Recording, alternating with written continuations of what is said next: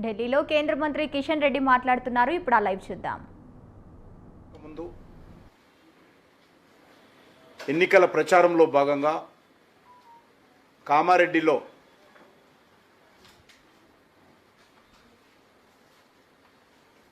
BC declaration పేరుతో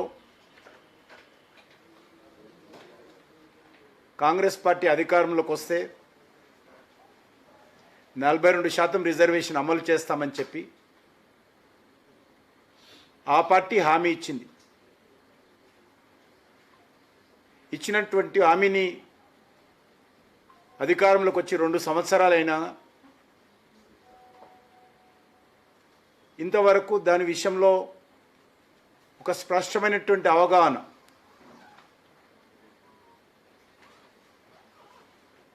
ఆ పార్టీలో లేదు. ఆ రోజు 42% బీసీ డిక్లరేషన్ సంబంధించి రిజర్వేషన్ కల్పిస్తామని ప్రకటించి ఈరోజు 32%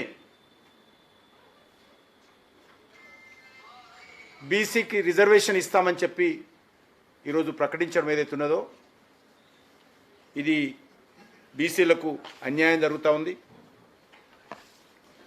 ముఖ్యంగా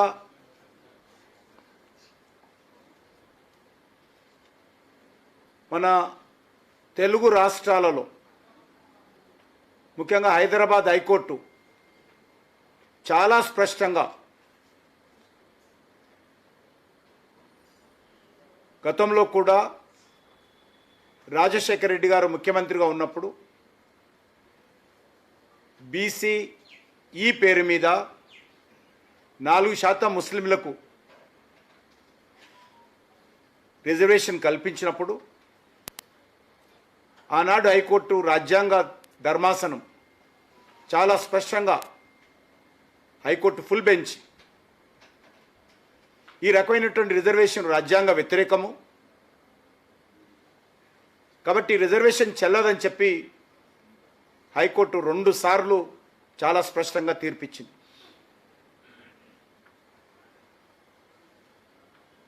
మళ్ళీ ఈరోజు అదే పద్ధతిలో ఆ 4% కూడా సుప్రీంకోర్టు నుంచి స్టే తెచ్చుకొని ఇంకా కొనసాగిస్తున్నారు. మళ్ళీ ఇప్పుడు 4% కాదని చెప్పి తగుదనమ్మా అని బీసీలకు అన్యాయం చేసే విధంగా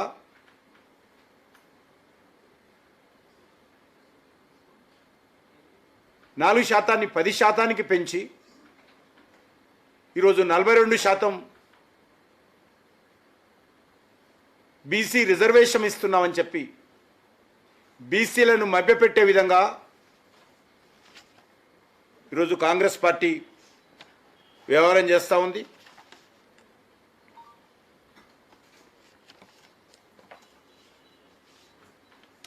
చాలా స్పష్టంగా కాంగ్రెస్ పార్టీ సర్వే పేరు మీద బీసీ జనాభాను తగ్గించేటువంటి ప్రయత్నం చేసింది.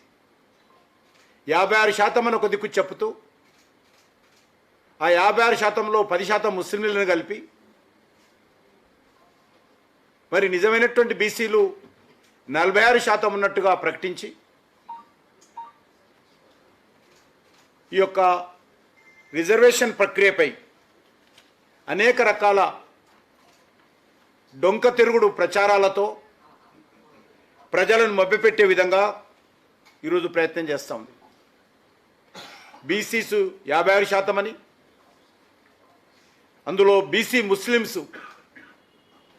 10% అని, బీసీ హిందువులు 46% అని ఈరోజు కాంగ్రెస్ పార్టీ ప్రకటించింది.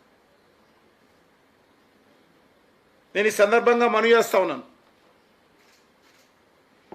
ఈరోజు రాజకీయపరమైనటువంటి స్థానిక సంస్థల రిజర్వేషన్స్ ఎవరికి లబ్ధి చేకూరే విధంగా కాంగ్రెస్ పార్టీ ప్రభుత్వం చేస్తుందో చెప్పాల్సినటువంటి అవసరం ఉంది.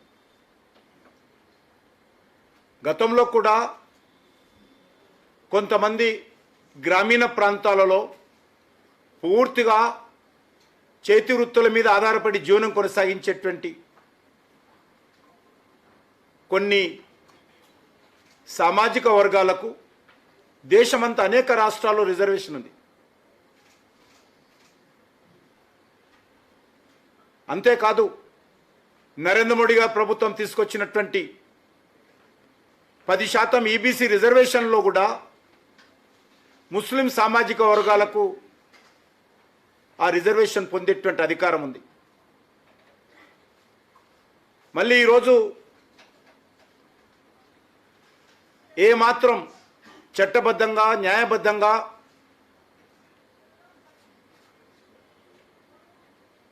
అమలుకు నోచుకోలేనటువంటి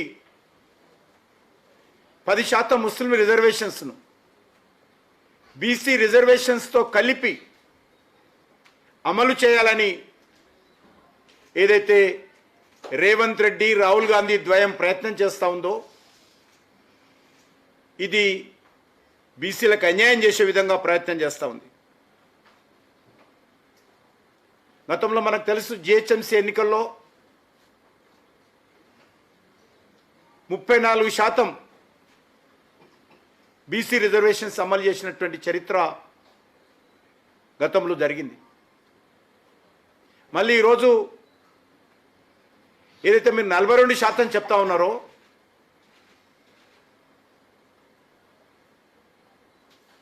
మరి ఈ యొక్క 42% రాజకీయ రిజర్వేషన్స్లో బీసీ రిజర్వేషన్ తగ్గిందా పెరిగిందా రేవంత్ రెడ్డి చెప్పాలి. గతంలో ఇదే హైదరాబాద్ నగరంలో 150 మున్సిపల్ డివిజన్స్ ఉంటే కార్పొరేషన్లో జిహెచ్ఎంసీలో 50 డివిజన్స్ బీసీలకు రిజర్వేషన్ చేయడం జరిగింది. మరి టీఆర్ఎస్ పార్టీ ఆ రోజు బీసీలకు అన్యాయం చేసింది. అంతకుముందు కాంగ్రెస్ పార్టీ ఆ 50 బీసీ సీట్లలో 30 సీట్లు బీసీయేతరులు గెలిచారు, మజ్లిస్ పార్టీ వాళ్ళు గెలిచారు. మళ్ళీ ఇప్పుడు 42%లో 10% ముస్లింలను కలిపి ఈరోజు హైదరాబాద్ నగరంలో ఉండేటువంటి అన్ని బీసీ సీట్లలో లేకపోతే అన్ని పట్టణాల్లో మున్సిపల్ కార్పొరేషన్స్లో మున్సిపాలిటీలలో ప్రతి బీసీ రిజర్వ్ సీట్లలో కూడా ముస్లింలు పోటీ చేసే విధంగా అవకాశం దొరుకుతుంది. ఇది ముస్లింలకు లబ్ధి చేకూరుతుందా లేకపోతే ఏ సామాజిక వర్గం పేరుతో మీరు రిజర్వేషన్స్ తీసుకొస్తున్నారో ఆ బీసీలకు న్యాయం జరుగుతుందా ప్రభుత్వం చెప్పాల్సినటువంటి అవసరం ఉంది.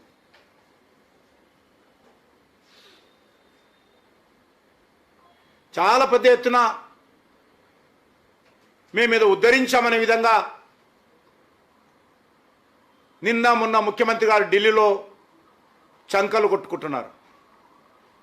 రాహుల్ గాంధీ గారు బల్లలు చరుస్తూ ఉన్నారు. మీరు చంకలు కొట్టుకున్నంత మాత్రాన బల్లలు చర్చినంత మాత్రాన ఈ రిజర్వేషన్ల ద్వారా రాజకీయపరమైనటువంటి లబ్ధి బీసీలకు జరిగే అవకాశం లేకుండా మీరు ముస్లింలను కలిపారు. ఓ కాలంలో హైదరాబాద్ నగరంలో 34% రిజర్వేషన్ బీసీలకు చట్టబద్ధంగా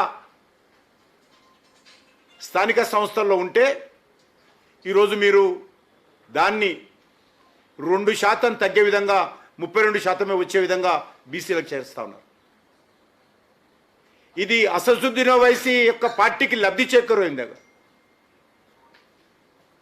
లేకపోతే కాంగ్రెస్ పార్టీలో ఉన్నటువంటి షబ్బీర్ అలీలో అజారుద్దీన్ లాంటి నాయకులకు రిజర్వేషన్ కల్పించే విధంగా ఈ యొక్క 42% రిజర్వేషన్ తీసుకొచ్చారు.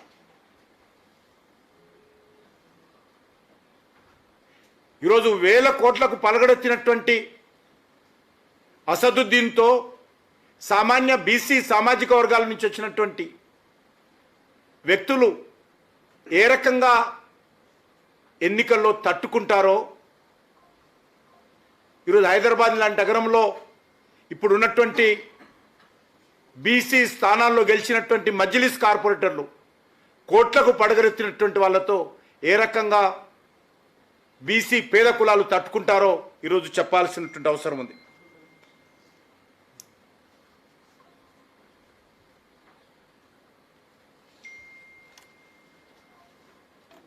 వాస్తవ పరిస్థితులు ఈ రకంగా ఉంటే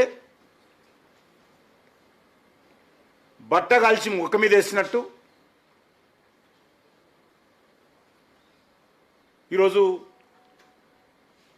కాంగ్రెస్ పార్టీ తమ తప్పిదాల నుంచి తప్పించుకునేటువంటి ప్రయత్నం చేస్తూ ఉంది. అనేక దశాబ్దాలుగా పరిపాలించినటువంటి కాంగ్రెస్ పార్టీ ఏ రోజైనా బీసీ జనగణన వాళ్ళు ఆలోచించారా?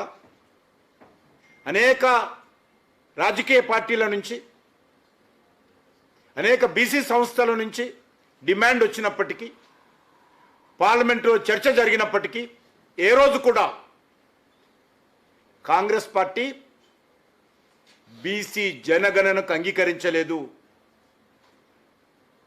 ఈరోజు ధైర్యం ఉంది కాబట్టే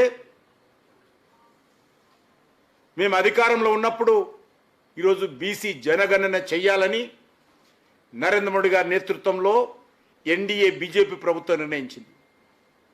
స్వాతంత్రం వచ్చిన తర్వాత మొదటిసారి మేము నిర్ణయం తీసుకున్నాం. మీలాగా పనికిరాని సర్వేలు చేసి బీసీల పేరుతో ముస్లింలను కలిపి బీసీలకు అన్యాయం చేసే విధంగా మేము సర్వే చేయము. ఏదైతే సర్వే చేస్తున్నామో రాజ్యాంగబద్ధంగా చేస్తామో, భవిష్యత్తులో బీసీలకు న్యాయం జరిగే విధంగా మా యొక్క జనాభా సేకరణ మరి కులగణన కూడా ఉండబోతుందనే విషయాన్ని మనం చేస్తా ఉన్నాను. అంతేకాని మీలాగా ఈరోజు తెలంగాణ రాష్ట్రంలో 1947లో స్వాతంత్రం వస్తే ఈరోజు వరకు కూడా